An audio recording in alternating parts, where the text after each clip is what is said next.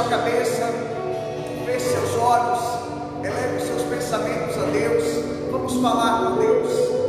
Senhor nosso Deus e nosso Pai Celestial, em nome do Senhor Jesus, em nome do Senhor Jesus Cristo, nós pedimos perdão por todos os nossos pecados, pecados de pensamentos, palavras, obras, omissão.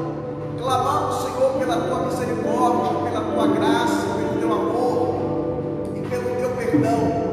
Purifica-nos, Senhor Jesus, com o teu precioso, poderoso sangue. Receba o nosso louvor nesta noite, receba a nossa adoração nessa noite, receba a nossa gratidão nessa noite. Fale conosco nesta noite, Senhor, por intermédio da sua palavra, e venha nos abençoar nesta noite. Tudo isso, Pai, nós te pedimos em nome do Senhor Jesus. Amém. E graças a Deus.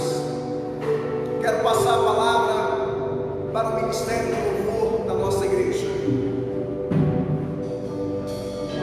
Aleluia. Graças a Deus, irmãos, todos que estão na sua casa, nos assistindo. Que Deus venha abençoar a sua vida, que Deus venha falar o seu coração. Amém?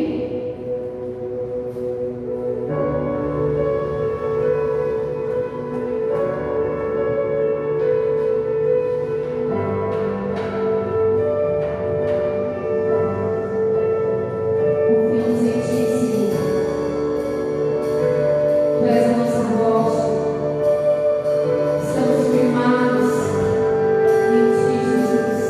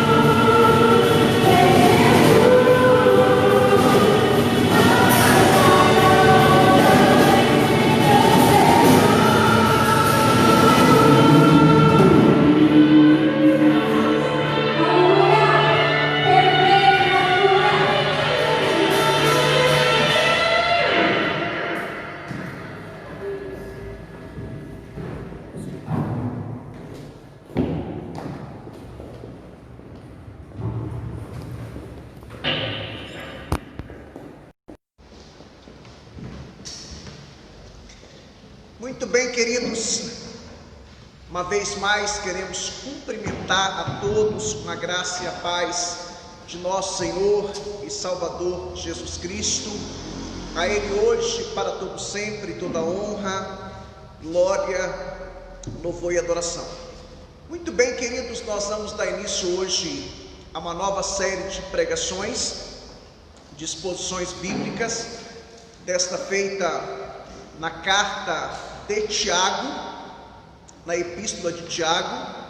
Então eu convido você a abrir a sua Bíblia na epístola do apóstolo Tiago,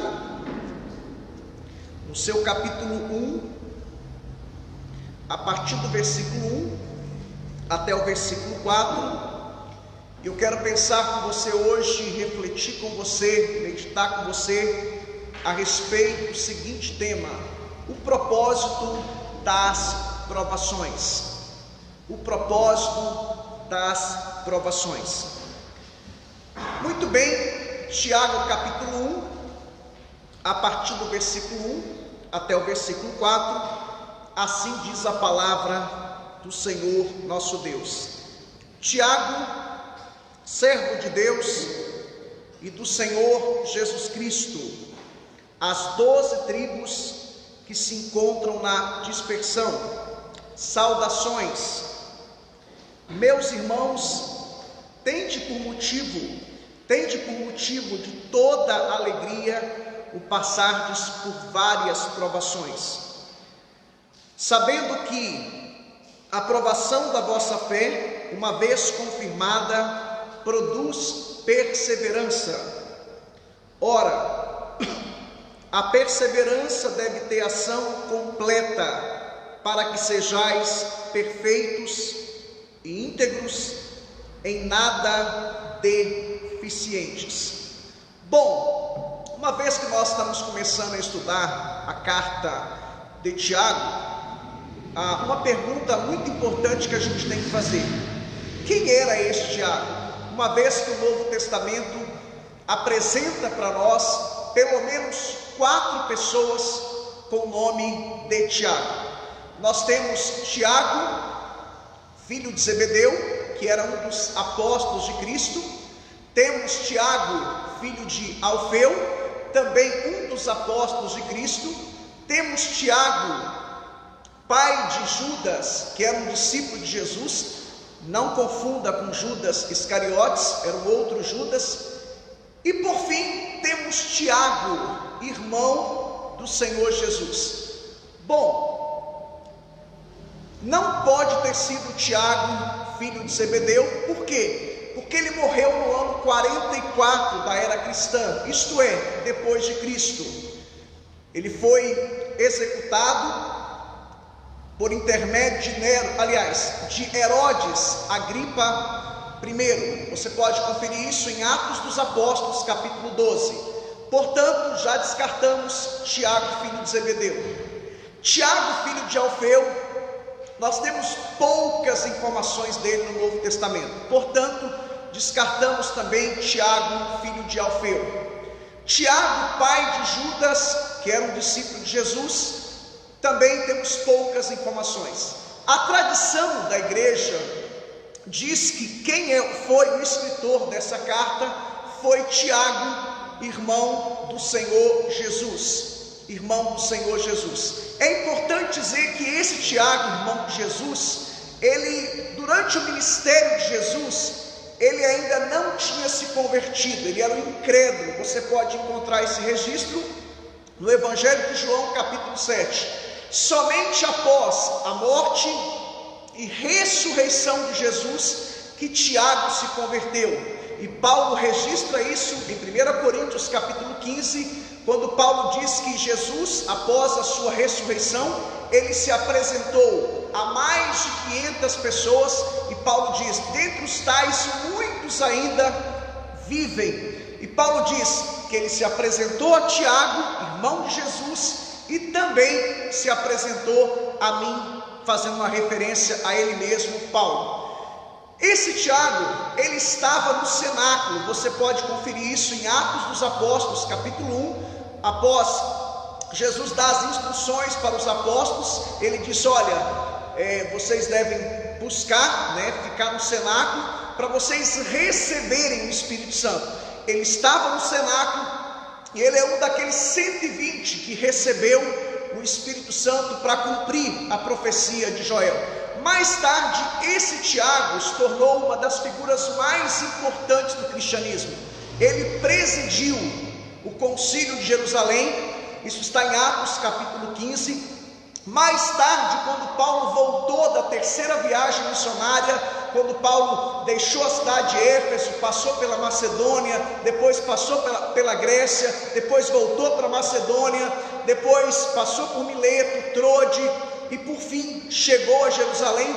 Foi esse Tiago que recebeu o apóstolo Paulo e recebeu aquela oferta que Paulo tinha levantado nas igrejas de Jerusalém. Bom, segunda pergunta que a gente tem que fazer: quem são os destinatários? Para quem Tiago escreveu essa carta? Você vai encontrar isso aí no versículo 1. As 12 tribos que se encontram na dispersão. 12 tribos é uma figura de linguagem, é uma referência aos 12 filhos de Jacó: Rubem, Simeão, Levi, Judá, Isacar, Zebulon, Dan, Naftali, Gad, Aze, José e Benjamim. Portanto, era uma figura de linguagem, e esse povo que, vamos assim dizer, que Tiago escreveu, é dirigido às 12 tribos, conforme já falamos, que se encontram na dispersão. O que é dispersão? Você deve se recordar que Atos, do capítulo 1 até o capítulo 7, o evangelho ficou restrito, limitado à região da Judéia. Mas a partir do capítulo 8, com a morte de Estevão, isso ainda no capítulo 7, o evangelho saiu da província de Israel e começou a atingir outras províncias, como em Samaria, capítulo 8, a conversão do etíope, capítulo 9, a conversão de Saulo, capítulo 10, a conversão do centurião. Já no capítulo 11, o evangelho chegou em Antioquia da Síria, e dali o evangelho chegou a Chipre, Fenícia, Alexandria no Egito, Roma, e ali o evangelho foi tomando proporções maiores. Então, esse povo da diáspora ou da dispersão era judeus que viviam, que residiam fora de Jerusalém, e que possivelmente foram ovelhas de Tiago. Por quê? No ano 44 da era cristã, Pedro deixou a Palestina e Tiago assumiu a igreja de Jerusalém. Então, possivelmente, muitos desses judeus convertidos foram ovelhas de Tiago. Qual é a data que essa carta foi escrita? Se você quiser anotar o que eu vou dizer agora, é muito importante. Este é o primeiro livro do Novo Testamento. Esse é o primeiro livro do Novo Testamento a ser escrito. Esse livro foi escrito por volta do ano 45 até o ano 49 da era cristã. Gálatas foi o segundo livro, escrito por volta do ano 48 até o ano 50. Primeira Tessalonicenses foi o terceiro, escrito por volta do ano 50, 51. Portanto, este é o livro mais antigo do Novo Testamento. Portanto, o primeiro livro a ser escrito, e escrito dentro de um contexto judaico. Por quê? Porque Paulo ainda não tinha implantado igrejas nas regiões gentílicas. Bom, qual é o tema central dessa carta? Essa é uma das cartas, eu passei a semana praticamente toda estudando essa carta, porque quando você começa a estudar uma nova carta, é como se, um dos comentaristas que eu li, ele fala que é como se você planejasse uma viagem para um país, e no caso dele, ele planejou a viagem para a Inglaterra, e você já pesquisa tudo, para quando você chegar lá, você já ter todas as informações. Então, o tema central dessa carta é maturidade. Por quê? Porque esses judeus cristãos que tinham saído de Jerusalém e foram para várias províncias e cidades do Império Romano, eles começaram a não vivenciar o Evangelho. começaram a se afastar do caminho, e por causa disso Tiago fala que muitos começaram a ficar doentes. E você vai ver no capítulo 1, Tiago, tratando dessa questão. Eu falo tanto sobre Paulo, que eu estou até me confundindo. Quando eu falar Paulo, entenda como Tiago, tá? Tiago, no capítulo 1, ele fala sobre a questão das tribulações, das provações. No capítulo 2, ele faz uma distinção entre fé e obras. Por quê? Porque a obra é o resultado. E muitas pessoas aqui acham que há uma contradição entre Paulo e Tiago. Na verdade, não há nenhuma contradição. Inclusive Lutero teve dificuldade com essa carta. Lutero chegou até a dizer que essa é uma carta de palha. Mas na verdade o que é? Paulo, no capítulo 4 de Romanos e no capítulo 4 de Gálatas, ele diz que a justificação é pela fé. Mas a ideia ali é de justificação perante Deus. Ou seja, diante de Deus, só Cristo pode justificar o homem. Já Tiago, no capítulo 2, versículo 14 até o versículo 26, ele mostra ali as obras como uma forma de justificação perante os homens.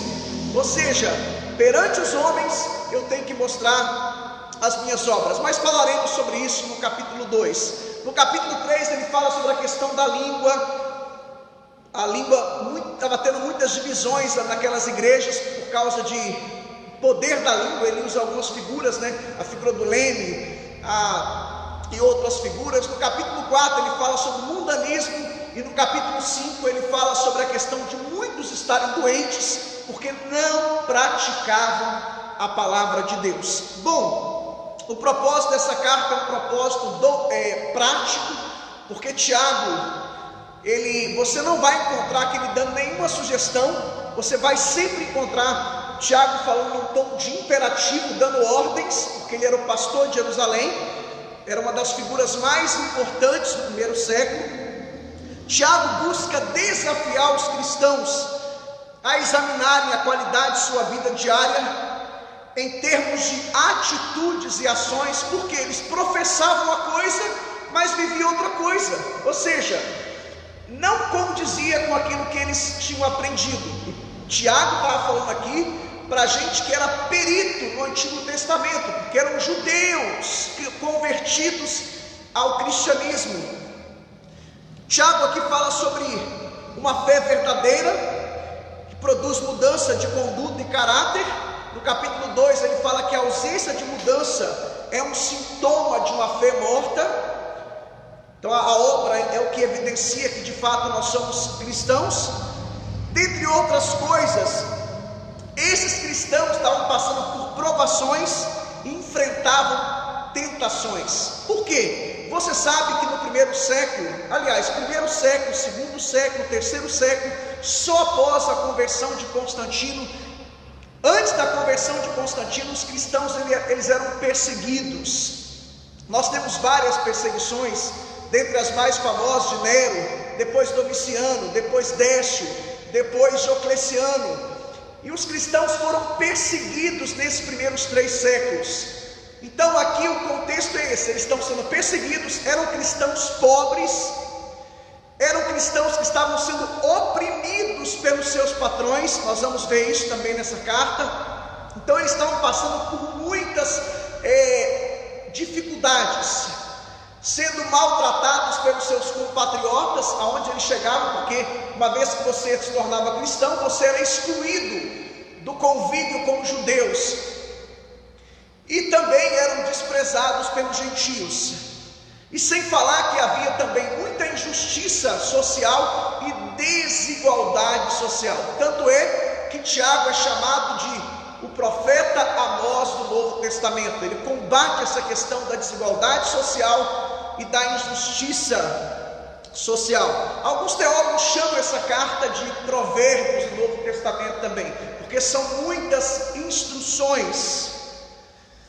Além disso, como já falamos, a língua, o problema de falar mal, de inflamar, de envenenar, causava problemas sérios, a ponto de gerar conflitos e divisões. E conforme falamos no capítulo 5, eles estavam desobedecendo a palavra de Deus, e em contrapartida, muitos estavam ficando doentes. e alguns estavam se afastando da fé e também da igreja. Bom, esse é o contexto dessa carta. Eu pergunto a você, fizemos um contexto aí de 5, 10 minutos, isso não tem muito a ver com a nossa realidade hoje? Quando eu estava lendo essa carta, eu sou pastor há mais de 20 anos, a impressão que eu estava tendo é que Tiago estava falando com os cristãos dos dias atuais. Então nessa carta, nós vamos encontrar um compêndio que Tiago trata basicamente todos os assuntos que estão relacionados com uma igreja, com uma comunidade. Bom, hoje então nós vamos nos determos do versículo 1 até o versículo 4. Eu chamo a sua atenção para o versículo 1. Tiago, parte A do versículo: servo de Deus e do Senhor Jesus Cristo. Eu chamo a sua atenção para a palavra servo. Tiago poderia ter dito: Tiago, irmão de Jesus, apóstolo de Jesus Cristo. Ele poderia ter dito, melhor dizendo, Tiago, líder da igreja de Jerusalém. Não, o que ele diz? Servo de Deus e do Senhor Jesus Cristo. A palavra servo aqui, a palavra escravo na língua grega, é a palavra doulos. Ele está dizendo: eu agora sou escravo de Jesus Cristo. E note você que esse Tiago, ele era incrédulo. Você vai encontrar isso em João capítulo 7. Ele não reconhecia que de fato Jesus era o Messias. Só após a morte e ressurreição de Jesus, quando Jesus aparece para ele, conforme está em 1 Coríntios capítulo 15, que ele então reconhece Jesus como Messias, como Filho de Deus, e ele se torna um discípulo e um apóstolo de Cristo, porque Paulo, lá em Gálatas, chama Tiago de apóstolo e uma das colunas da igreja, junto com Pedro e João. Portanto, irmãos, uma coisa que a gente percebe aqui no ministério de Tiago: humildade. Humildade. Tiago poderia se apresentar nessa carta: eu sou Tiago, irmão de Jesus, sou Tiago, apóstolo, e sou líder da igreja de Jerusalém, a principal igreja até então. Não, ele diz Tiago, servo de Jesus Cristo. E note você que ele usa o termo Jesus Cristo, servo de Deus, que era algo muito comum no Antigo Testamento. Você vai ver Moisés, Elias, tantos outros dizendo servo de Deus. Era uma forma de você reconhecer a soberania e o senhorio de uma divindade. E aqui ele diz: não só servo de Deus, mas também do Senhor Jesus Cristo. Ele está reconhecendo aqui a divindade de Jesus e reconhecendo que Jesus de fato era o Messias, e está se colocando numa posição: eu sou servo de Jesus Cristo. Meus queridos irmãos, vivemos em uma época em que as pessoas estão tão preocupadas com títulos, status, com pompa.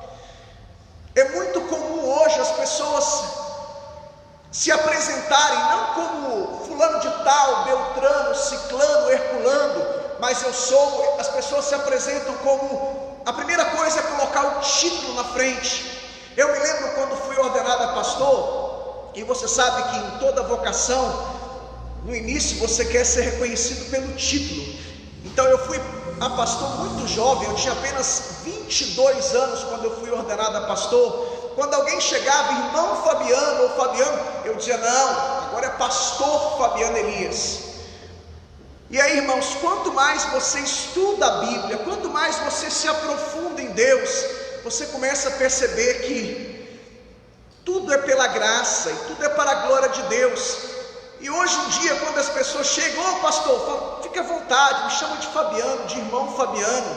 Tanto é que na descrição aí do nosso, está aí Fabiano Elias, porque quanto mais mais você se aprofunda em Deus, o título, isso é secundário, é irrelevante. Não estou dizendo que você não deva estudar, não deva se capacitar, não é isso que eu estou dizendo, mas isso é secundário, é irrelevante. Isso fala aqui de humildade. Tiago, servo de Jesus Cristo.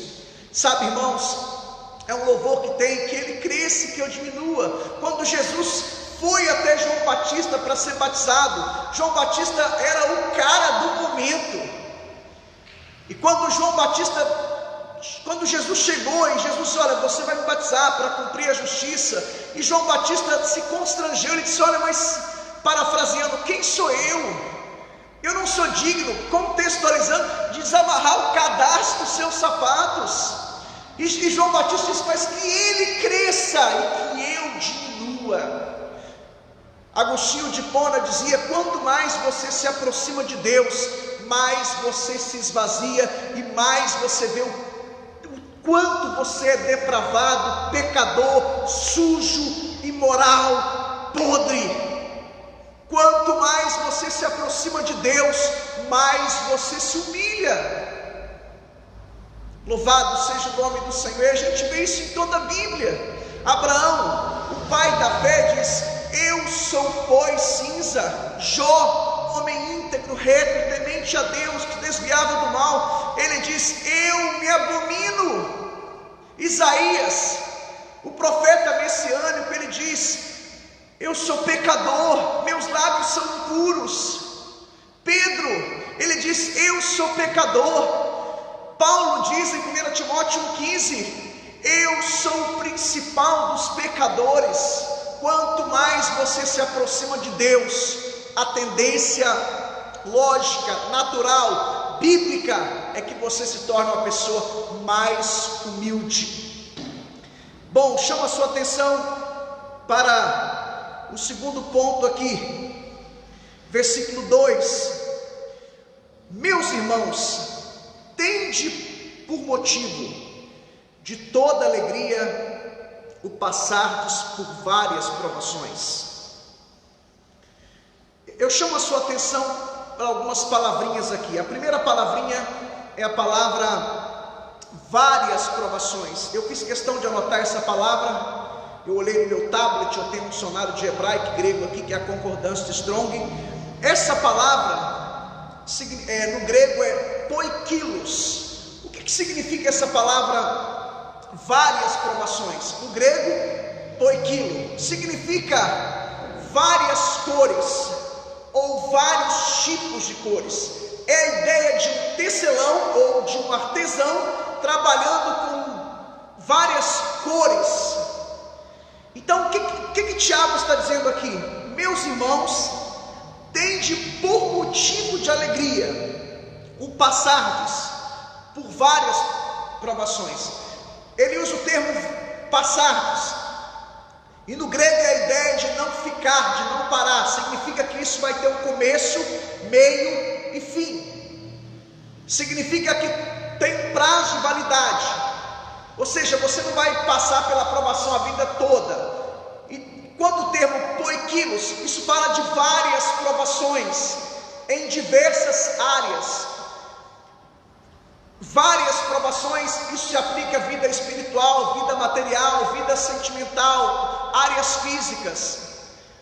Agora, uma coisa que me chama a atenção aqui, Tiago diz: tende por motivo. A palavra motivo no grego aqui é a ideia de você fazer uma avaliação, é você colocar tudo na ponta da caneta. E Tiago diz: tende por motivo de toda alegria. A ideia de alegria aqui não é a ideia de felicidade. Felicidade é algo momentâneo, passageiro. A ideia de alegria aqui é a ideia de, independente da situação, da circunstância, eu estou alegre. Porque felicidade, por exemplo, tem dia que a gente acorda feliz, tem dia que a gente acorda infeliz. Somos seres humanos. Tem dia que a gente acorda ousados, tem dia que a gente acorda com medo, tem dia que a gente acorda bem, tem dia que a gente acorda mal, e tantos outros contrastes. Mas alegria não. Alegria independente se eu sou rico ou pobre, independente se eu tenho saúde ou não, independente se eu estou bem ou mal, eu tenho esse sentimento. Por quê? Porque eu entendi o plano da salvação. Eu entendi que do amor de Deus, eu entendi que o reino de Deus não é um reino, o reino dele não é desse mundo. Nós somos passageiros, peregrinos, estrangeiros, conforme escreveu Pedro. Ou seja, nós estamos aqui de passagem. Tudo nessa vida é passageiro. Então Tiago diz: tende por motivo de toda alegria o passardes por várias provações. E o contexto aqui eu já expliquei, que esses cristãos estavam passando por provações, por perseguições, por tribulações, sendo oprimido pelos ricos, sofrendo desigualdade social, sofrendo injustiça social. Agora deixa-me fazer uma aplicação aqui. O que Tiago quer dizer com isso? Sabe, irmãos, as provações são um meio para nos tornarmos mais semelhantes a Cristo. É uma forma de Deus forjar o seu caráter, é uma forma de Deus lapidar você, como se fosse uma pedra bruta, e Deus todo dia dá uma marretada, até que você se torne um diamante. Deus está trabalhando em você e através de você. Então a provação, deixa-me dizer algo muito importante: a provação, a fonte da provação, a origem da provação, Deus. Tentação não. E eu vou falar sobre isso na próxima pregação, que são os versículos a partir do verso 5. A provação, ela vem de Deus. Por quê? Para que você se torne mais parecido com Cristo, para que você seja moldado, forjado, para que é uma forma de Deus trabalhar em você e através de você. Sabe, irmãos, Deus sempre nos prova para fazer aflorar em nós o que temos de melhor. Deus sempre nos prova para fazer aflorar em nós o que temos de melhor. Deus te conhece. Eu me lembro uma vez, eu estava na Flórida, recém-chegado nos Estados Unidos, e eu estava passando por uma prova que você não tem noção, você não tem ideia, uma tribulação.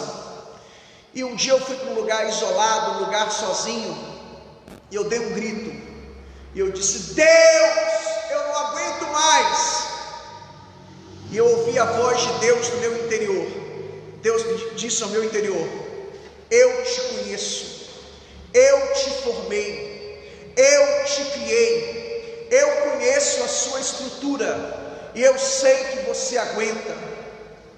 E hoje, quando eu me lembro dessa prova, dessa tribulação, eu digo: Deus, muito obrigado, porque aquela prova, ela foi tão positiva, eu cresci em tantas áreas, que você não tem noção, não tem ideia.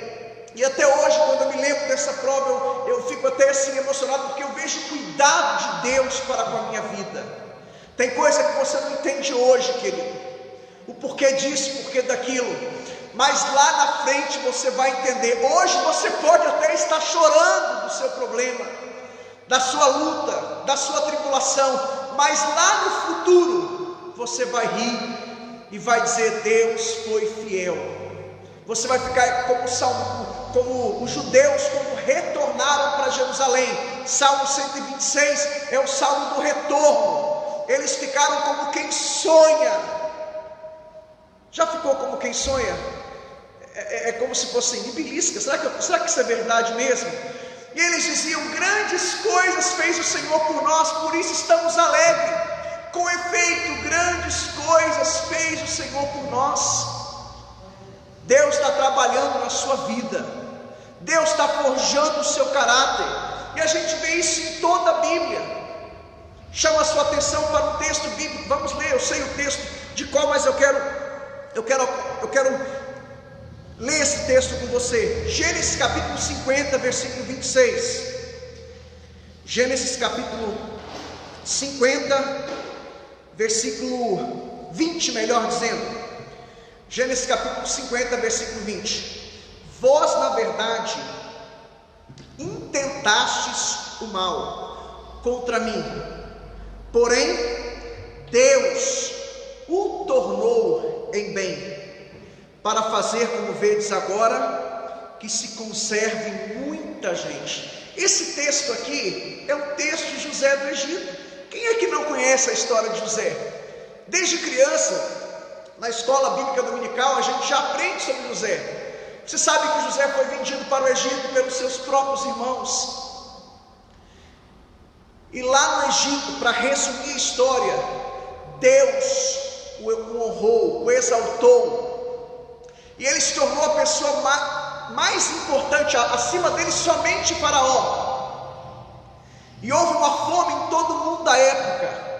E quando os irmãos José foram ao Egito comprar comida, e vamos resumir a história, e quando José se revela a eles, e eles ficam atônitos, perplexos, diz a narrativa bíblica, e José diz para eles: olha, não foi vocês que me venderam para o Egito, foi Deus que me trouxe para o Egito. Vocês achavam que estavam me fazendo mal, o texto que nós lemos, mas na verdade vocês estavam fazendo bem. Vocês achavam que estavam me matando, me destruindo, na verdade vocês estavam sendo usados por Deus, para que eu pudesse chegar aonde Deus queria que eu chegasse. Com certeza, quando José estava na prisão, quando ele estava na cisterna, ele não entendeu nada, mas quando ele chegou no auge, no clímax, no ápice, ele teve essa noção, esse entendimento, essa compreensão. Você está entendendo, querido? Para de atribuir às pessoas. Há muitos anos atrás eu decidi tudo o que acontece na minha vida, depois de ler essa narrativa bíblica. Esse foi um dos primeiros textos que eu preguei na minha vida, foi sobre José. Eu entendi que Deus está no controle de todas as coisas, e que Deus é que dirige, que governa a nossa vida e a nossa história. Podem até conspirar, tentar te destruir, mas a sua vida está nas mãos do Senhor. Ele está no controle. Quer ver um outro exemplo? Jó 42, 5 e 6. Jó, um homem que era íntegro, reto, temente a Deus, desviava do mal. O homem que tinha muitas virtudes e qualidades. E o livro de Jó, muita gente acha que crente não passa por sofrimento, né?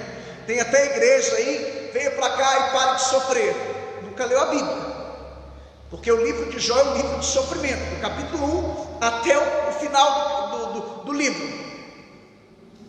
E no capítulo 42, Jó diz, versos 5 e 6, ele diz: antes eu te conhecia de ouvir falar, porque Jó, ele era contemporâneo de Abraão, de Isaac e de Jacó. Você sabe que o livro de Jó é o livro mais antigo da Bíblia. A Bíblia não está em ordem cronológica. Então Jó estava dizendo: antes eu te conhecia de ouvir falar das experiências de Abraão, de Isaac e de Jacó.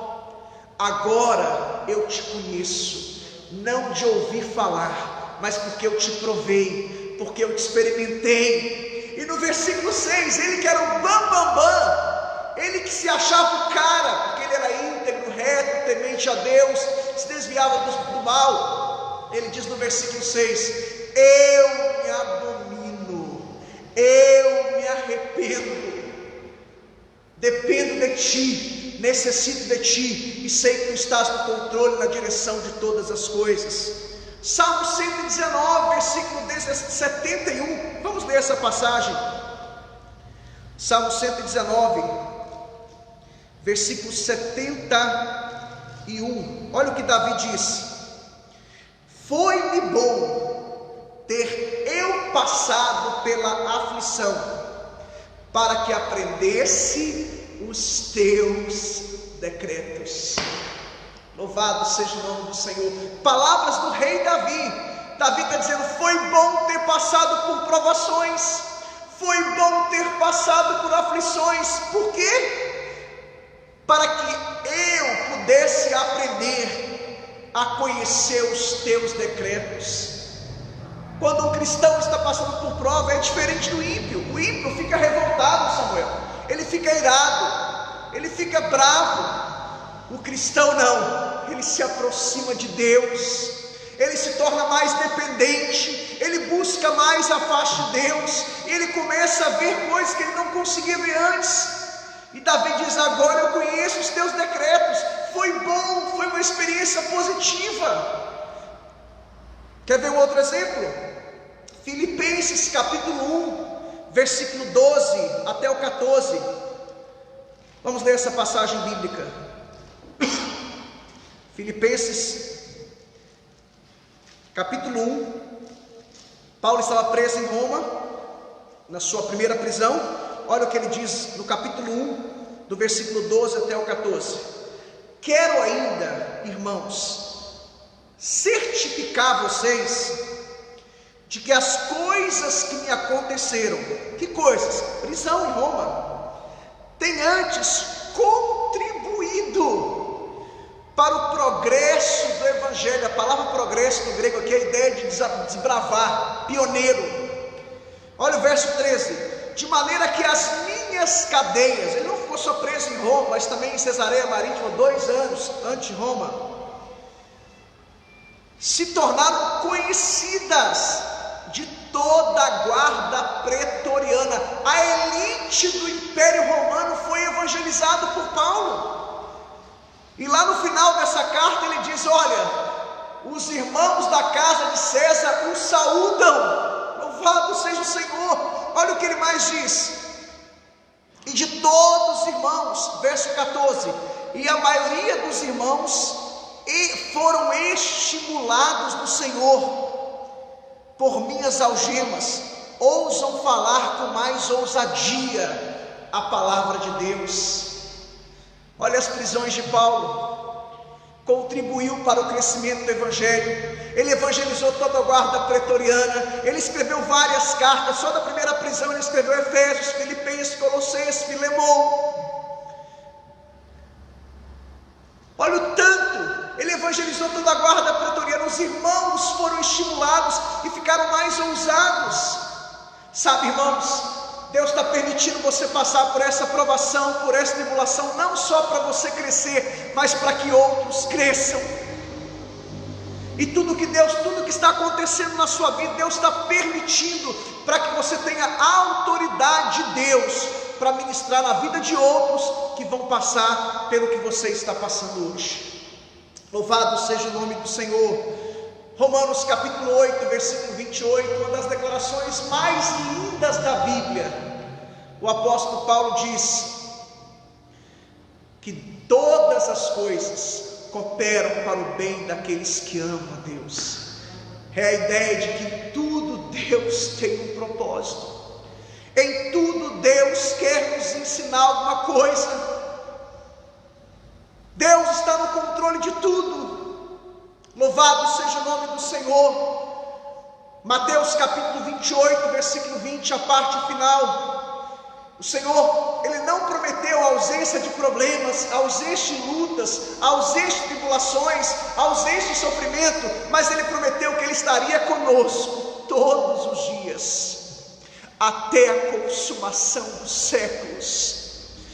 Oh querido, você pode estar passando por provações, por tribulações, por dificuldades, e ser cristão não significa ausência de nada disso. Ser cristão significa ter a presença do Senhor todos os dias conosco. Ele está com você nessa prova, nessa tribulação. Você não está sozinho, Ele está contigo. Você pode ter sido abandonado por tudo e por todos, você pode ter ser esquecido por tudo e por todos, mas Deus não te abandonou, não te esqueceu, não te desamparou. Aleluia, louvado seja o nome do Senhor. Chama a sua atenção para o versículo 3, Tiago capítulo 1, versículo 3. Olha o que Tiago diz: sabendo que a provação da vossa fé, uma vez confirmada, produz perfeição. perseverança. Olha como Tiago é didático. Tiago está dizendo que a provação, ela vai trazer frutos, produz perseverança, está falando de resultado, de frutos. Ele diz que vai produzir perseverança. Essa palavra perseverança tem duas palavras, é a palavra paciência na língua grega, e tem duas palavras para paciência. Tem uma que é paciência com pessoas.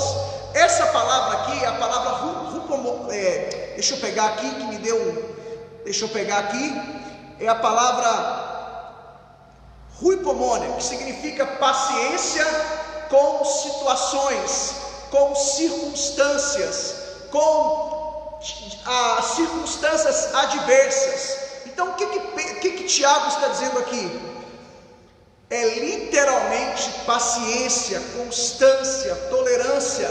É a ideia de paciência no limite máximo. É a mesma ideia de pegar uma corda, um elástico e esticar no máximo. Essa é a ideia aqui. É a ideia de uma pessoa que não se desvia do seu propósito. Então, por que da provação?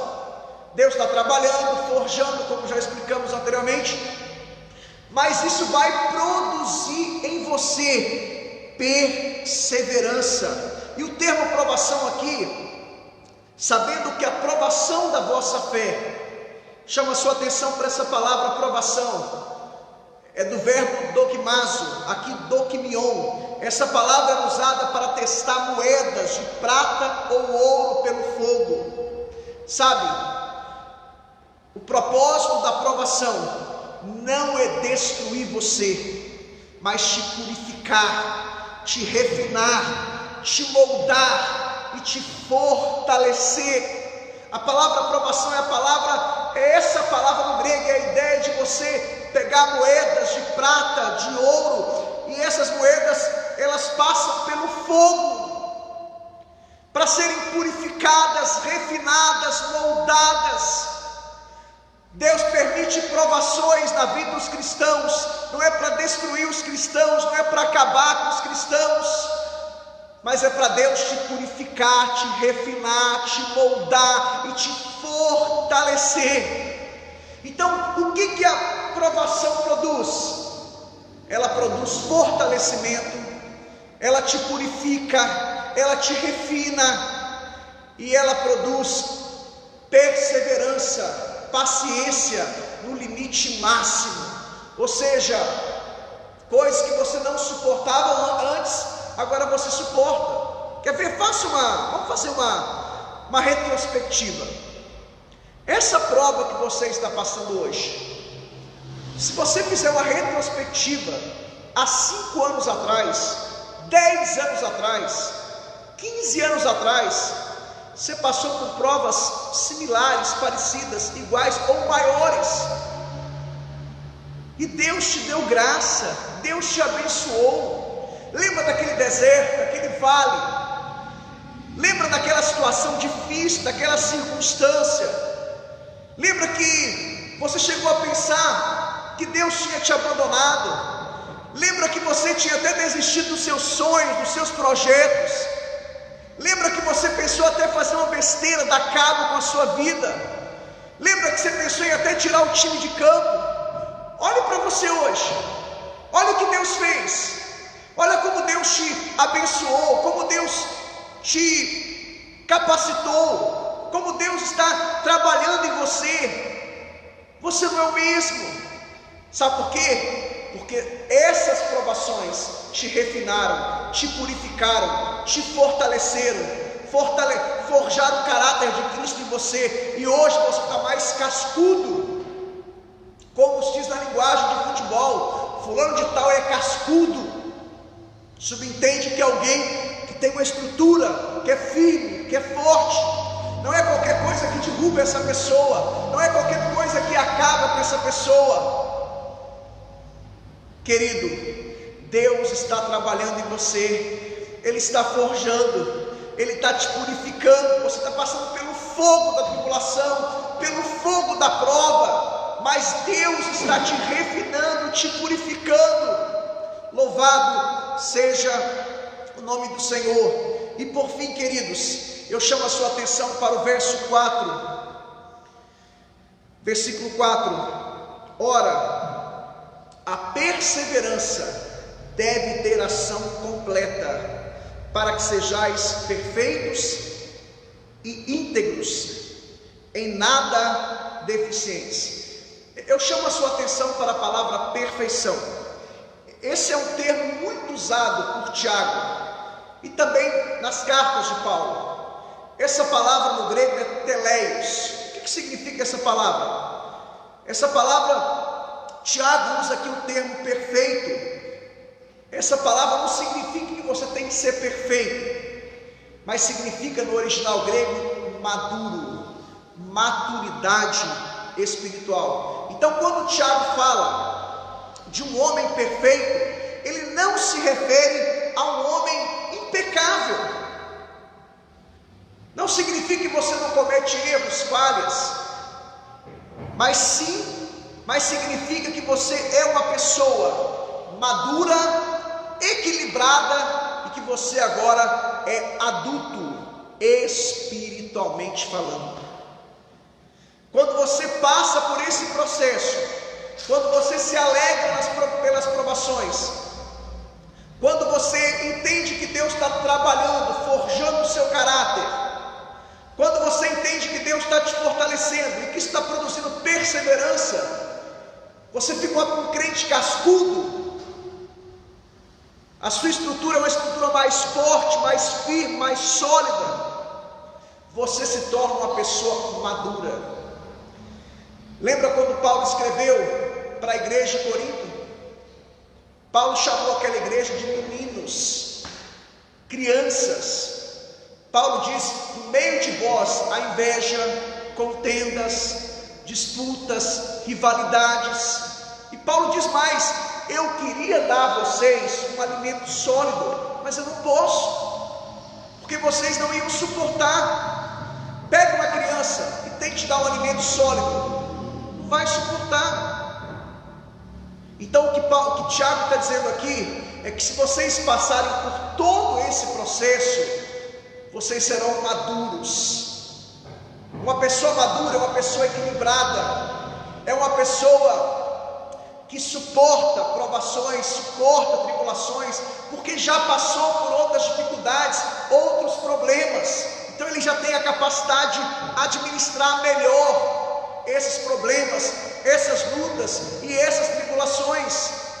O mesmo Paulo, quando escreveu para a igreja de Éfeso, ele deu um alimento forte, porque se tratava de uma igreja espiritual. As principais doutrinas estão ali: doutrina da predestinação, da eleição, do selo e de tantas outras coisas. Por quê? Porque tratava-se de uma igreja espiritual, uma igreja que estava se aprofundando em Deus. Então aqui, irmãos, precisamos entender que as provações, elas vão nos trazer perseverança e maturidade cristã. E eu concluo com isso. O grande problema dessa carta aqui era a falta de maturidade. Mundanismo no capítulo 4. Capítulo 3, problema da língua. Capítulo 5, vários crentes doentes, porque não obedeciam a palavra de Deus. Vários crentes abandonando Cristo, abandonando a igreja, por falta de maturidade. Sabe, irmãos, a maturidade espiritual é uma das grandes necessidades da igreja de hoje. Todos os conflitos têm uma só causa: a imaturidade espiritual. Isso se aplica em todas as áreas. Todos os conflitos conjugais, familiares, de ordem secular ou espiritual, é por falta de maturidade. Que Deus nos ajude, que Deus nos abençoe, para que possamos nos tornarmos pessoas maduras. espiritualmente falando. Ministério de louvor com a palavra.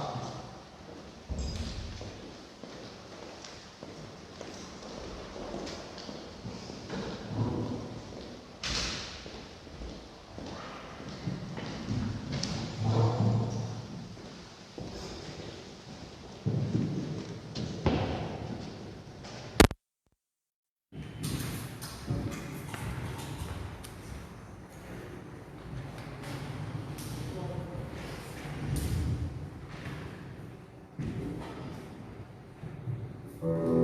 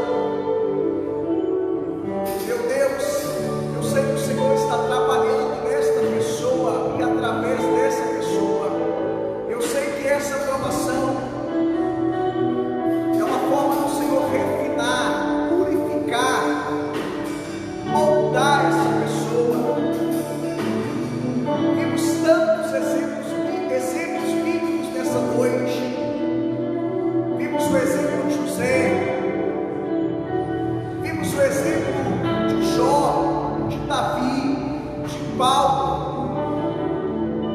Ó Deus, ajude-nos a passar pelas provações, forge o nosso caráter. Sabemos que as provações, elas produzem perseverança, elas produzem maturidade espiritual, crescimento. Tua palavra diz em Romanos 8:28 que todas as coisas cooperam para o bem daqueles que amam a Deus, que são chamados segundo o seu propósito. Tua palavra diz em Romanos 8 também, 31, 32 ou 33, que o Senhor não poupou nem o seu Filho, quanto mais a nós.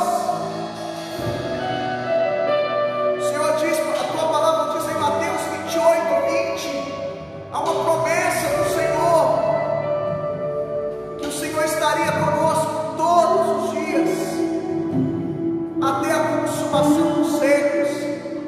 Diante de toda e qualquer situação e circunstância, o Senhor está conosco. O Senhor nunca nos abandona, nunca nos desampara. A palavra diz que ainda que uma mãe se esqueça do seu filho, eu jamais me esquecerei de ti. Ó Deus, abençoa cada vida, que o Senhor te abençoe, que o Senhor te cure, que o Senhor te fortaleça, que o Senhor te liberte, que o Senhor te sustente nesse período de pandemia, e que possamos sair dessa pandemia mais fortes do que nunca. Deus sempre assistiu a sua igreja em tempos de crise. Deus está conosco. Que o Senhor te abençoe, te guarde, te proteja. Receba nesta noite a bênção de Deus. Receba a renovação espiritual. Receba a maturidade. Receba a cura. Receba a libertação. Seja abençoado em nome de Jesus. Levante as suas mãos e adore, exalte o Senhor.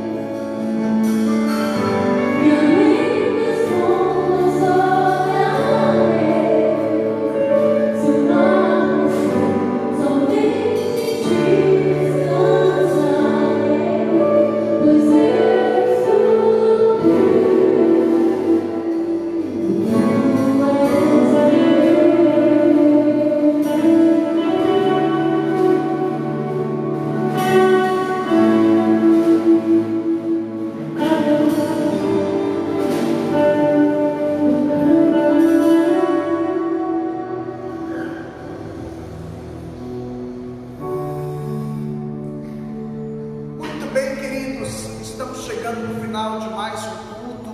Muito obrigado a você que participou, você que ainda vai participar. A gente sabe que muitas pessoas participam depois. A gente manda a gente faz pelo Facebook, depois a gente manda para o YouTube.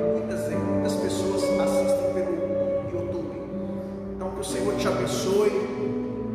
Muito obrigado, Ricardo, você que está conosco aqui, nosso policial militar, que está sempre aqui de forma voluntária, fazendo a nossa segurança. Luiz Felipe, nosso cinegrafista, muito obrigado, Ministério de Louvor. Estamos felizes nessa noite, meu irmão da Lívia, Renata, Lívia, que é patrimônio histórico dessa igreja. Eu a batizei quando ela tinha 12 anos de idade. E a Lívia hoje parou por essa parte. Vai fazer 33 amanhã. Gente, estou ficando velho. Eu a batizei quando ela tinha 12 anos de idade. Estou ficando velho. Velho não, maduro, experiente. A Lívia estava de licença maternidade. Então agora ela vai fazer o revezamento, né? Porque hoje o Denis, que é o marido dela, está cuidando da criança. E semana que vem a Lívia fica em casa. Estamos felizes de você vai voltar. Deus te abençoe. Glória a Deus pela sua vida. Obrigado a todos. Estamos com alguns desfalques aqui hoje. A Julie, Judeia vai fazer o revezamento. Kainan, quem mais está faltando? Giovana e o Rodrigo é o folguista, né? Rodrigo é o clínico geral. Vamos orar então, finalizando. O presbítero Samuel esteja orando, finalizando e dando a bênção apostólica. A gente sempre está convidando um obreiro para estar aqui às quintas-feiras, mas são 2 quintas que o irmão que estaria aqui houve imprevista não pôde estar. Mas na próxima quinta, um obreiro vai estar conosco aqui. E aos domingos, a gente não quer passar de 10 pessoas, né? Então por isso que a gente não está convidando ninguém, só às quintas-feiras. Deus abençoe a todos. Graças e paz, meus irmãos, amém? Quero agradecer a você que esteve aí participando conosco do nosso culto, né? Que Deus possa te abençoar cada dia mais e mais, você, a sua família, né?